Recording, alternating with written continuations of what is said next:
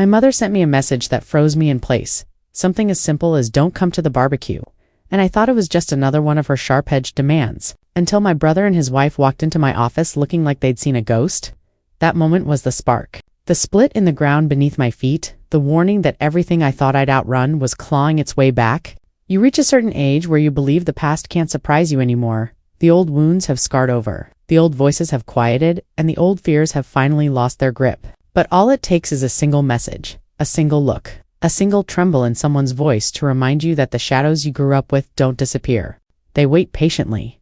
I didn't know then that one text would unravel decades of carefully buried truths, or that the people I trusted least would become the ones forcing me to see what had been hiding in plain sight. My entire life, I only knew one thing. Whatever was coming had already begun long before I opened that message, and this time, I wasn't going to run. Before we dive into this story, make sure you hit that subscribe button, tap the bell icon, like this video, and drop a comment below. Your support keeps these stories alive and helps more people uncover them. Now, take a breath, because what comes next changes everything. I remember the smell of starch before I remember the smell of my own mother. Even now, decades later, when my hands tremble with age and memory, I can almost feel the stiff cotton of the church dress she ironed within an inch of its life. Small-town Illinois in the 1950s didn't offer much entertainment outside Sunday service, so my mother turned it into theater. She would line Caleb and me up in the hallway as if we were auditioning for a part in her fantasy of perfection. She'd tilt Caleb's chin, pat his hair, call him handsome, then glance at me with a tightening of the mouth, as though merely looking at me smudged her spotless world. I learned early that her love had rules, and I never seemed to understand them. Caleb, of course, did no wrong. He could skip chores, talk back, even sneak cookies before dinner. Somehow it all turned into something boys just do. But if I breathed too loudly, she'd sigh as though the weight of raising me could snap her spine. I watched her face like some children watch the clouds trying to predict storms before they arrived. And storms always came. I read tension the way other girls read picture books, studying every hint, every change in her voice. Knowing that one wrong move could set the whole household trembling, we practiced sitting still on the church pews every Saturday. Mother would place a Bible on my lap and tell me to pretend the Lord himself was watching. For Caleb, she just ruffled his hair and told him to smile at the right moments. He always did. He had this glow about him even then, a kind of effortless charm that made adults reach for him like he was a warm fire in winter. I, meanwhile, learned how to fold myself into smaller and smaller spaces, as if shrinking could buy me safety. But safety wasn't something children like me received, it was something we earned by perfect obedience. One afternoon, while Mother was fussing over table linens, Caleb and I were playing in the yard. The old oak tree dropped acorns like tiny bombs, and we would try to dodge them, laughing for once, breathing, existing without scrutiny. But then Caleb kicked his ball too hard and it crashed through the kitchen window with a scream of shattering glass. We both froze. He turned to me with those wide, pleading eyes that always looked like they belonged to the hero of some storybook. "Evie, don't tell her, please." "Of course." She stormed out, her face tight and pale. "Who did this?" she demanded, looking straight at me. Not once at him. And I, being the dependable child she relied on for everything except affection, whispered, "I did." Her disappointment scraped across my skin worse than punishment. She dragged me inside, scolding me about carelessness, about the cost of things, about how a girl my age should know better. Behind her, I saw Caleb slip away, untouched. He didn't even thank me. He didn't have to. In our house, his innocence was assumed. Mine was a privilege I never earned. It was that same week I overheard my parents arguing. They thought I was asleep, but I'd learned how to stay still and silent, to listen through walls. Mother's voice was sharp. "We cannot have people talking. Do you understand me?" My father, usually quiet, answered with a weary sigh. "Marjorie, children make mistakes. You can't shield everything," she hissed back. "I can and I will. We keep things quiet. That's how we survive." I didn't know what they were hiding. Only that secrecy was the air we breathed. A house built on lies stays standing only if no one questions the foundation the next day. I brought home a school drawing. I was proud of a watercolor landscape, uneven but colorful. I laid it on the kitchen table, excited to show her something that felt beautiful to me. She barely glanced at it before her lip curled. "This is messy," she said, picking it up by the corner as if it were contaminated. "You need to learn order." She dropped it into the wastebasket, but later, when she thought I was outside, I saw her take it out, light a match, and burn it over the sink. Watching the colors curl into black ashes, I felt something in me curl too, something tender and hopeful. That was the first time I understood that love could be conditional. that a mother could teach you to doubt your own worth before you even knew how to spell the word. I wasn't invisible to everyone, though. Aunt Lila watched me with soft, knowing eyes at every family gathering. She'd slip me extra slices of pie or whisper jokes that made me laugh. Once, when Mother scolded me for standing too close to the men talking on the porch, Aunt Lila leaned down and said quietly, "You watch out for yourself, sweetheart. People don't always protect the ones who need it most." I didn't understand the full meaning then, but her voice carried a tremor that told me she knew something, maybe many, somethings about the danger lurking inside our perfect little household. And then there was Jenny, sweet Jenny with her scuffed shoes and lopsided braids, who lived 2 streets over in a house that smelled like cinnamon and laundry soap. The first time I visited her, her mother greeted me with a smile so warm it startled me. They laughed at dinner, talked openly, even argued without raising their voices. Jenny's father came home from work and kissed his wife on the cheek before lifting Jenny into his arms. I sat there frozen watching them, realizing that what I had always thought was normal was something entirely different, something hollow, fragile, false. Walking home from Jenny's house that evening, the streetlights flickering on one by one, I felt an ache in my chest I couldn't name. But I knew one thing with certainty. In my family, the brightest smiles were the ones hiding the darkest truths.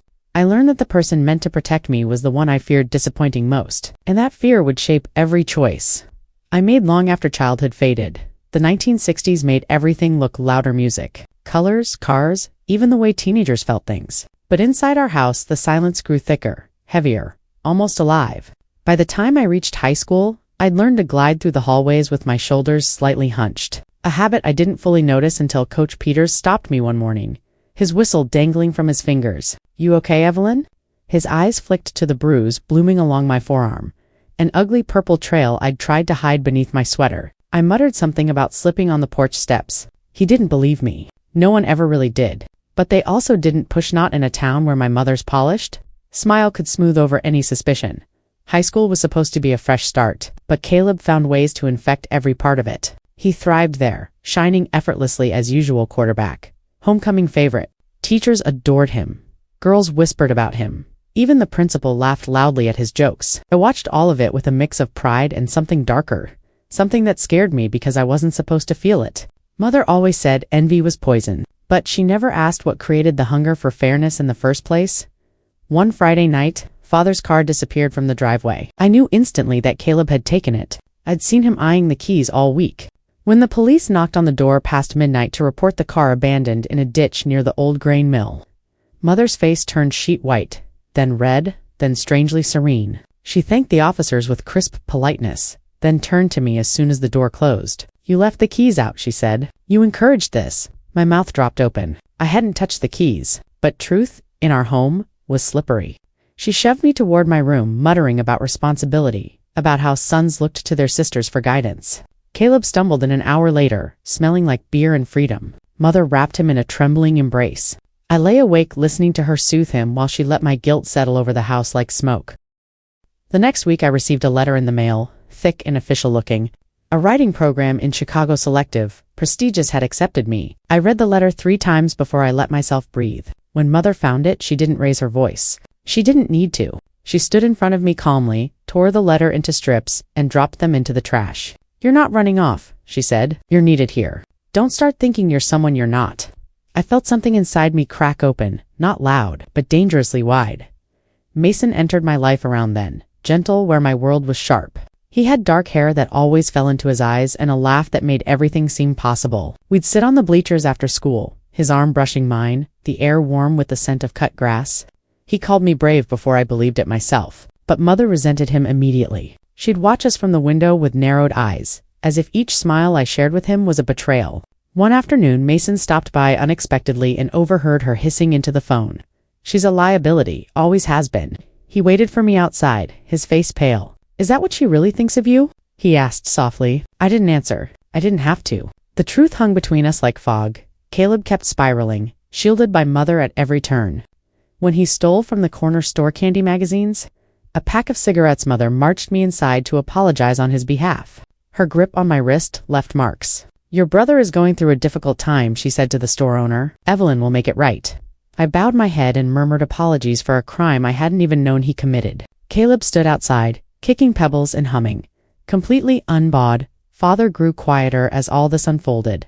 He'd sit in his armchair after work, staring at the wall, beer untouched. His silence had shifted from resignation to something closer to guilt. I'd catch him looking at me sometimes with a helplessness that made me both angry and sad. He knew what was happening. He just didn't stop it. Laura, my closest friend, tried to intervene. She confronted Mother one afternoon with a fierceness I admired, insisting that I deserved the chance to apply for scholarships, to build a future. Mother shut the door in her face without a word. Later, she lectured me about outsiders who meddle, her voice brittle with rage. That night, I packed a small bag and climbed through my window, walking toward the edge of town with tears stinging my cheeks. I slept behind the old church, curled beneath a broken stained glass window that cast red and blue shadows over me like some cracked blessing.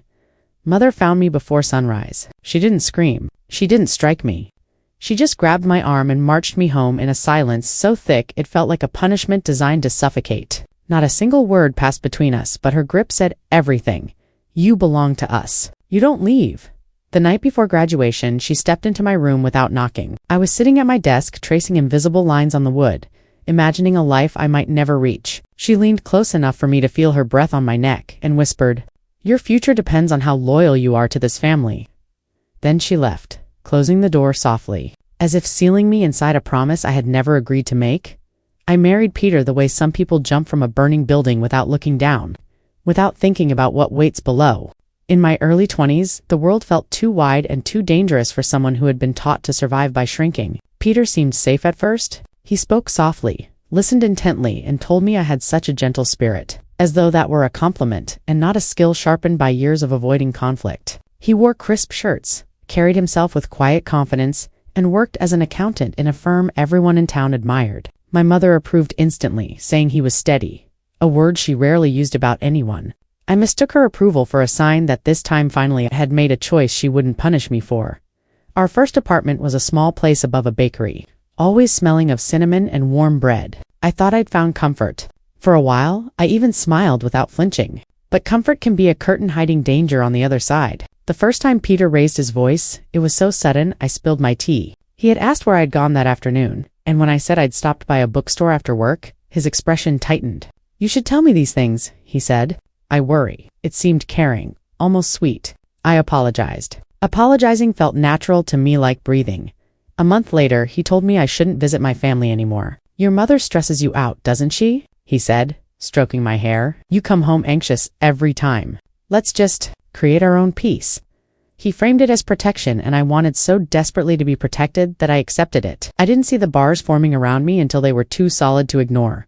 One evening, I came home from work and found him sitting on the couch with my journal open in his hands. He looked up as if I were intruding. "You've been writing things about me?"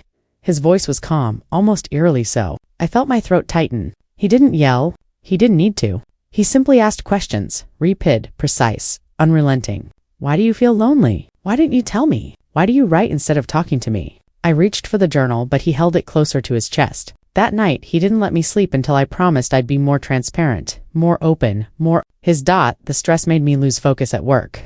I'd show up late, leave early, or call in sick after a night of arguing that left me shaking. My manager warned me twice, then once more with pity in his eyes. But pity doesn't save jobs. I was let go on a gray Tuesday morning, my hands numb as I emptied my desk drawer. When I told Peter, he hugged me tightly, too tightly, murmuring, "Good, now we can spend more time together." I felt the hug like a rope tightening around my ribs. Millie, my coworker, and the closest thing I had to a friend, invited me for coffee a week later. She studied my face too long, too carefully. "You're not okay," she said softly. "You're disappearing." I tried to smile, but she pressed on. "He checks your phone, doesn't he?" My eyes gave the answer she needed. She wrote her number on a napkin, urging me to call if I ever needed a place to stay. I tucked it into my pocket like a secret lifeline. But Peter found it. He always found everything. The confrontation was quiet, icy. He accused me of plotting against him, of betraying his trust. I cried, not because he was wrong, but because he was right. I was plotting something, even if I didn't know what yet. I ripped the napkin myself, hands trembling, trying to convince him I didn't need anyone but him. Clara, Peter's sister, visited once. Standing stiffly in our living room, like she was afraid to touch anything. She didn't smile, didn't sit, didn't even remove her gloves. When Peter went to the kitchen to make tea, she leaned close to me and whispered, "My brother doesn't handle disobedience well. You'd be wise to remember that." I stared at her, my heartbeat pounding in my ears. I wanted to ask what she'd seen, what she'd endured. But she left before Peter returned, her warning echoing in the apartment long after the door shut. I tried therapy for 3 months with Dr. Henley, who spoke softly but asked questions that scraped at the truth. When she used the words emotionally abusive, my chest tightened so violently I couldn't breathe. I quit the next week. Peter celebrated, saying therapy was making me dramatic.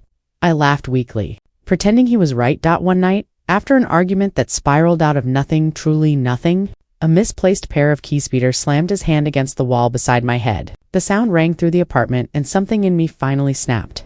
When he stormed out, pacing the hallway, muttering to himself, I grabbed a bag, stuffed it with whatever I could reach, and ran down the stairs so fast I nearly fell. Mr. Owens, our landlord, watched from his doorway, his face lined with worry. "Go," he whispered. "Don't look back." I didn't. The divorce was ugly. He insisted I was unstable. He wanted the apartment, the furniture, the narrative. I let him have all three. I just wanted air. When I finally went back to my mother's house, exhausted and shaken, I hoped foolishly that she might hold me the way mothers sometimes do in movies. Instead, she pursed her lips and said, "I warned you. You rush into things." Then, as if to salt the wound, she added, "We're having a special dinner tonight. Caleb's coming." I stared at her, stunned. "A dinner? For what?" She smiled, thin and triumphant. "To celebrate your fresh start," she said, "and to remind you that family is what really matters." In that moment, I understood something chilling. She wasn't welcoming me home. She was reclaiming me, and she wanted Caleb there to witness it. By my mid-30s, Chicago felt less like a city and more like a fortress I'd built with my own 2 shaking hands. The skyline became a kind of armor, its steel and glass reflecting a woman I barely recognized, confident, crisp, respected. People listened when I spoke. They asked for my opinion, my expertise. For once in my life, I wasn't the quiet shadow behind someone else's brilliance. I was the one lighting up boardrooms, the one employees whispered about as tough but fair, the one younger women looked at like a map of possibility. I poured myself into work with a hunger that startled even me, a need to prove, maybe to myself, maybe to the ghosts of my childhood, that I wasn't the fragile, obedient thing they all mistook me for. Derek, my business partner, used to joke that I never blinked during negotiations. "You scare people a little," he said once, half admiring, half wary. I didn't tell him that fear was something I'd learned to wield after decades of living at the mercy of other people's moods. Power wasn't intoxicating. It was necessary. It was survival. But the truth was that, despite the success, I lived cautiously, always listening for a crack in the foundation. People invited me to dinners, to events, to networking gatherings, and I showed up polished and composed, but I never stayed long. Trust was a language I had never learned fluently. Mother aged, but her grip tightened instead of loosening. She'd call me late at night, her voice shaky in the dramatic way she had perfected. "I miss you, Evelyn," she'd sigh. "You work too much. You forget family." It was the same script, only now more manipulative because she no longer had the authority to demand anything outright. She used guilt the way some people used perfume, liberally, deliberately, always lingering long after she left the room. Then came the call. I least expected Caleb. His number flashed on my phone like an omen. I stared at it for almost a minute before answering. His voice, older but still oily smooth, slithered through the speaker. "Evie. Hey. Been a while?" Hearing him say my name sent my stomach twisting. He didn't bother with small talk. He went straight to what he wanted. Money. A lot of it. "Just a temporary thing," he said. "I'll pay you back. Promise." The word promise coming from him felt like a punchline. I said no. I said it calmly, firmly, like the adult I had become. But the next day, Mother showed up at my office without calling. She looked small, wrapped in one of her elegant coats like she was hiding inside it. When Linda from HR brought her back to me, Mother burst into tears the moment the door closed. Real? Tears? Performance? With her, it was impossible to know. "He's your brother," she sobbed. "He's struggling. You're successful now. You can afford to help." The implication stung. Success wasn't truly mine, it was a resource she believed she could harvest. I gave in. Not because I trusted Caleb, but because I wanted the crying to stop, the pleading to stop, the old guilt to loosen its grip. I told myself it was a one-time thing, but when I transferred the money, something inside me whispered that I'd made a mistake. A week later, I found out exactly what kind of... Caleb hadn't used the money to pay debts, at least not the kind he'd claimed.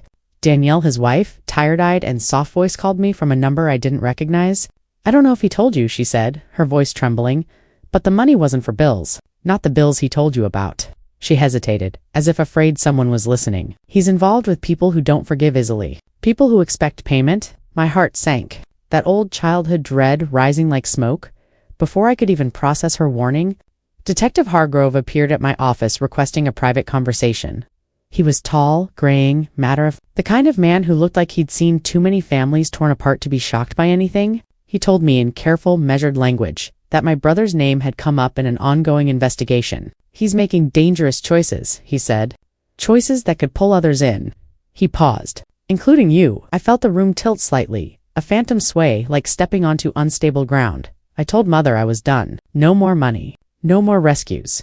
No more pretending Caleb was anything but a grown man lighting fires he expected everyone else to put out. She didn't yell. She didn't slam doors. She simply showed up again, this time at my building's lobby as red, voice trembling so convincingly that even the security guard looked sympathetic. You're abandoning us, she whispered.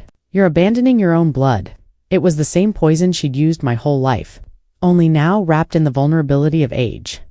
Danielle reached out again a few days later. This time, she asked to meet in person. She chose a diner outside the city, the kind of place where nobody asked questions and everyone minded their own business. When she slid into the booth across from me, she looked like she hadn't slept in days. Her hands shook around her coffee cup. You don't know the half of it, she said. Caleb is lying to you. To all of us, and if someone doesn't help, someone's going to get hurt. Her eyes, desperate and hollow, locked on mine, and in that moment, I felt the past closing in again, the same dread, the same impossible pull of loyalty. The same fear of what my family was capable of when desperation cornered them. Only this time the stakes were higher, much higher. I used to think families came undone with a single dramatic blow-up, revelation, a crime, a confession, but mine didn't break that way. We splintered slowly, the cracks forming quietly, spreading beneath the surface until one day the ground simply wasn't there anymore. By the time I reached my late adulthood, I had lived long enough to recognize the signs of collapse, the tremors before the fall, and still, I was unprepared for how violently everything would unravel once Caleb's secrets began bubbling to the surface. Danielle was the first to tell me the truth. Not because she trusted me, but because she had run out of places to hide. She arrived at my office late in the evening, long after my assistant Robert had gone home. She looked exhausted, skin pale, lips trembling, hair pulled into a knot that had fallen loose in strands around her face. When I let her in, she whispered, I can't do this anymore, Evelyn. I can't keep lying for him. Her hands shook so hard she had to grip the chair to steady herself. She finally said the words she had been skirting around for months. He's using hard stuff. Every day. He hides it from Mother, from you, but not from me. My breath caught. I shouldn't have been shocked. Caleb's life had always been a storm, waiting to break, but hearing it spoken aloud felt like being plunged into ice water. Danielle looked at me with eyes that begged for something I wasn't sure I could give: help, protection, clarity. I didn't know Detective Hargrove's visit came days later. He walked into my office with that same grave expression, carrying a file he didn't let me see. We found forged documents linked to your brother, he said, each word landing like a hammer. ID printing equipment. Fraudulent checks. He's tied to people who won't hesitate to use him and discard him when it benefits them. I sat frozen. My childhood self, the girl trained to smooth over chaos, wanted to defend Caleb, to explain away the accusations. But the adult in me, the woman carved from decades of pain, knew better. Knew this wasn't misunderstanding or bad luck. This was a pattern reaching its deadliest point. When I told Mother, she refused to listen. She slammed her palm onto her kitchen counter so hard a spoon rattled to the floor. Your brother is not a criminal, she snapped. You always want to believe the worst about him. You've always been jealous. Jealous, her favorite weapon, the accusation she wielded like a mother's curse. I felt the old sting of it, but I didn't bend. Not this time. I told her everything. The drugs, the forged documents, the detective's warnings. She shook her head violently, backing away from me like I'd infected her. This is slander. You're trying to turn me against my son? But truth doesn't need permission to exist. That week, things spun out of control. Caleb showed up at my building drunk, shouting my name into the entry buzzer until the night staff threatened to call security. I watched from my window as he stumbled, slurring accusations. You owe me. You think you're better than us? His voice echoing off the concrete walls of the courtyard. It was the first time in my life I truly saw him not as the golden child, not as the favorite, not as the beloved son who could do no wrong, but as a desperate, cornered man who had run out of people to exploit. Neighbor Harry from the floor below knocked on my door the next morning. He rubbed the back of his neck awkwardly before saying, I didn't want to scare you, but I saw him last night. After security moved him out front, he wasn't leaving. My stomach tightened. Harry lowered his voice. He was fiddling with your back door, trying to open it. He looked not right. That was the moment fear settled into my bones. Not the jittery fear from childhood, but something colder, sharper, adult. I filed a report with the building and then with the police. It was the only thing I could do. The only protection I had. Mother found out within hours. Caleb must have called her. She stormed into my office for the second time in months, her face blotchy from tears and rage. "How dare you," she whispered, her voice trembling with fury. "How dare you betray your own brother, your own family? You've brought shame on all of us." I stared at her, feeling the decades tighten around my throat like vines. "He tried to break into my home," I said quietly. "He's dangerous now." But she wouldn't hear it. She lifted her chin with that old familiar superiority and said the sentence that sliced through me like a blade. "You are no daughter of mine." And just like that, she left. Days passed in a tense, eerie silence. No calls, no shouting, no updates. I didn't know whether to be relieved or terrified. It felt like standing in a house where all the lights had gone out, but footsteps still creaked in the attic. Every night I double-checked my locks. Every morning I scanned the street before walking to my car. Even Robert noticed my jumpiness, quietly asking if everything was all right. The way someone asks when they already know the answer. Then, out of nowhere, it arrived. A text message from Mother, no greeting, no explanation, just "Don't come to the BBQ party." That was it. 6 words. Cold, clipped, final. But the part that chilled me wasn't what she said, it was what she didn't. I stared at the text longer than any 72-year-old woman should stare at anything glowing on a screen. "Don't come to the BBQ party." No punctuation. No context. Just an order. Like I was 9 again. Standing in a hallway with my mother's hand on my shoulder, turning me into something obedient. After everything that had happened, after police reports, forged documents, late night pounding on my door, those 6 words weren't a warning. They were a threat dressed as concern. And at my age, I've learned that the most dangerous messages are the ones pretending to protect you. I set the phone down, feeling the familiar tightness behind my ribs, an ache decades old. But I wasn't the same girl who took the blame for broken windows.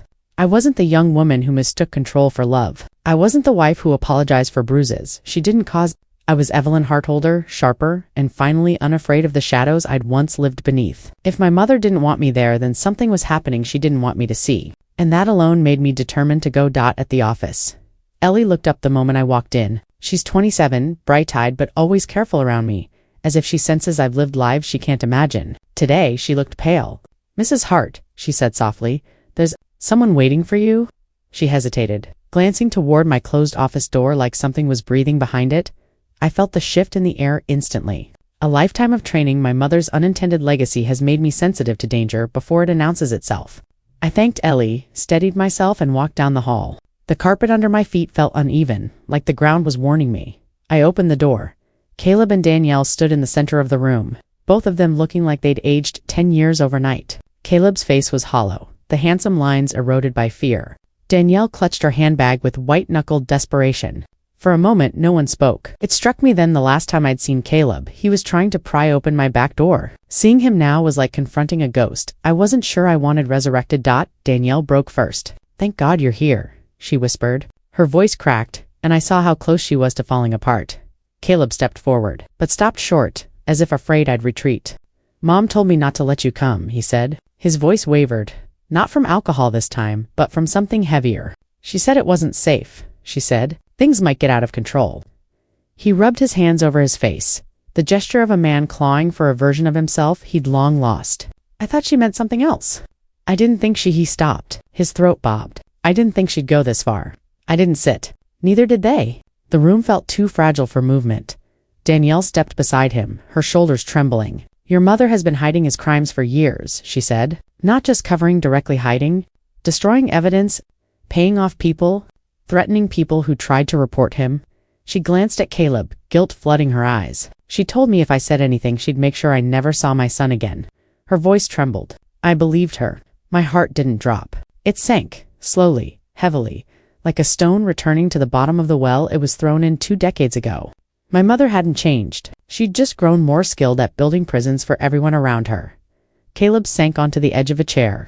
"Mom said you were going to ruin everything," he whispered, like he was repeating something fed to him his whole life. "She said the BBQ was an intervention," he laughed softly, bitterly. "But not for me, for you. To get you back in line." I felt the old, familiar shiver, the one from childhood, when she'd rehearse us for church and I'd feel something off, something dangerous beneath the polish. That same instinct curled now at the base of my spine. Danielle reached into her bag and slid a flash drive across my desk. It skidded toward me like a piece of evidence dropped in a courtroom. "This," she said, "is the part you never knew." Marcus from building security must have sensed the tension. I saw his reflection in the hallway glass as he pretended to check something on the wall monitor. He stayed close, just in case. Getting older teaches you that the right kind of silence can be safety. I picked up the flash drive. It felt heavier than plastic should feel. Danielle swallowed hard. "Your mother recorded everything," she said. "Meetings, calls, conversations with people she shouldn't even know. She planned to frame you for the forged documents. She said you were a threat to family unity. She said Caleb needed a clean record, and you were expendable." For a moment, I couldn't breathe. Not because it shocked me, no. Shock had left me long ago, but because hearing the truth spoken aloud cracked something I'd been holding together with brittle hands for decades. Caleb's voice broke into the silence. "I didn't know she'd gone that far," he whispered. "I swear, Evie, I didn't know she wanted to put everything on you." His eyes were raw. Not innocent, no. Caleb had lost the right to that long ago, but something close to remorse flickered there. Something human. Before I could speak, Danielle leaned forward. "There's more," she said. "Recordings of her planning the BBQ. She wasn't inviting you to reconcile. She was setting the stage to make you the threat. To get witnesses, to make you look unstable." She looked at the floor. "She's been building this for months." I held the flash drive, my hand steady despite the storm inside me, and then Danielle's final words cut through the room. Like a cold blade. "Everything you feared about her, everything you doubted about yourself. It's all on there. Your mother planned to destroy you to protect Caleb." I tightened my grip on the flash drive. For the first time in my life, I truly understood why she didn't want me at that BBQ, because I was never meant to walk out of it whole. I used to think that surviving a family, like mine, meant walking away and never turning back. But age has a strange way of smoothing the edges of certainty. At 79, I've learned that some things must be faced, not fled. Some truths demand daylight, even if they burn. And some stories, especially the ones we were taught never to speak, become the very key that frees us. The flash drive stayed in my desk drawer for 2 days before I found the courage to open it. 2 days of pacing my quiet house, listening to the ticking of the old mantel clock, wondering if I was prepared to hear my mother's voice plotting to undo me. When I finally clicked the first recording, her voice filled the room, sharp, controlled, unmistakably hers. "Evelyn will take the fall. She always does," she said calmly. As if my betrayal were a family tradition, she was simply maintaining. My heart didn't break. It solidified. Decades of confusion, fear, and self-doubt crystallized into something clear and immovable. I called Marcus that morning, asked him to accompany me. I didn't trust myself to walk into that house alone. Joan, mother's neighbor, had already confirmed pieces of what I'd heard: strange visitors late at night, whispered arguments, my mother coaching Caleb through lies. "She loves him too much," Joan said. "And she needed you too much." It was the kindest explanation anyone had ever offered. But truth doesn't soften because someone tries to humanize it. When Marcus and I arrived at Mother's house, the air inside felt stale, thick with dust and old rehearsed perfection. She sat in her armchair, smaller than I remembered, her shoulders folding inward as if gravity had finally caught up to her. But her eyes, those cold, assessing eyes, still tried to read me, control me, manipulate me. "I know what you did," I said simply. No theatrics. No accusation in my voice, just truth, steady and unshakable. She blinked, too slowly. "I don't know what you mean." I set the recorder on the table between us. I pressed play. Her voice spilled into the room like poison leaking from a cracked bottle. Her plans, her instructions, her willingness to destroy me so Caleb could walk free one more time. She listened without looking away, but I saw it: the flicker, the shiver, the crack in the ice. When the recording ended, she opened her mouth, ready to deny, as she always had. But her voice failed her. For the first time in my life, she looked uncertain, vulnerable. "Human, you don't understand," she whispered. "You never understood what it takes to keep a family together." "No," I said quietly. "I understand exactly. I just refuse to live in the world you built." She tried again: excuses, justifications, fragmented memories she twisted into a narrative where she was the martyr. But the truth had already settled between us. Irreversible. Eventually, her shoulders sagged, her breath hitched, and she broke, not theatrically, not manipulatively, but fully, in a way I hadn't believed possible. Decades of control dissolved into trembling hands and tear-filled eyes. Caleb's apology came weeks later, from the sober wing of the rehabilitation center. He looked older, stripped of his swagger, humbled in a way I'd never seen. "I'm sorry," he said, not as a performance, not as a plea for rescue, but as a man confronting the wreckage he'd helped create. I believed him, not blindly, not completely, but enough. Danielle left him, but she stayed in my life. We became something neither of us expected, partners in healing. Women rebuilding from the same wreckage, but choosing different futures. Ellie stepped into the role I didn't know I needed, reminding me that family can be chosen, grown, nurtured, and that age doesn't disqualify you from forming new roots. Marcus became my quiet guardian, the one who made sure my final confrontation didn't resurrect old dangers. Mother's health declined slowly, then suddenly, in the end, she called me out, because she wanted comfort, but because she feared dying with the truth exposed. "Please," she whispered, voice thin and papery, "forgive me. For most of my life I would have mistaken that plea for power, a demand, an expectation. But at 17-9, I understood something deeper. Forgiveness is not absolution. It is detachment, release, a cutting of the final thread. So I forgave her, not because she earned it, not because it healed her, but because it freed me. And now, for the first time, I tell this story openly, not behind closed doors, not in whispers, not in the tremble of a child afraid of punishment, but fully, loudly, truthfully. I've spent my life collecting pieces of myself from the ruins of other people's choices. Today, I lay them down, whole, no longer hidden. My mother told me not to come to the BBQ because the truth was finally cooking, hot, undeniable, dangerous. And she knew better than anyone that I was the only one who could survive the fire.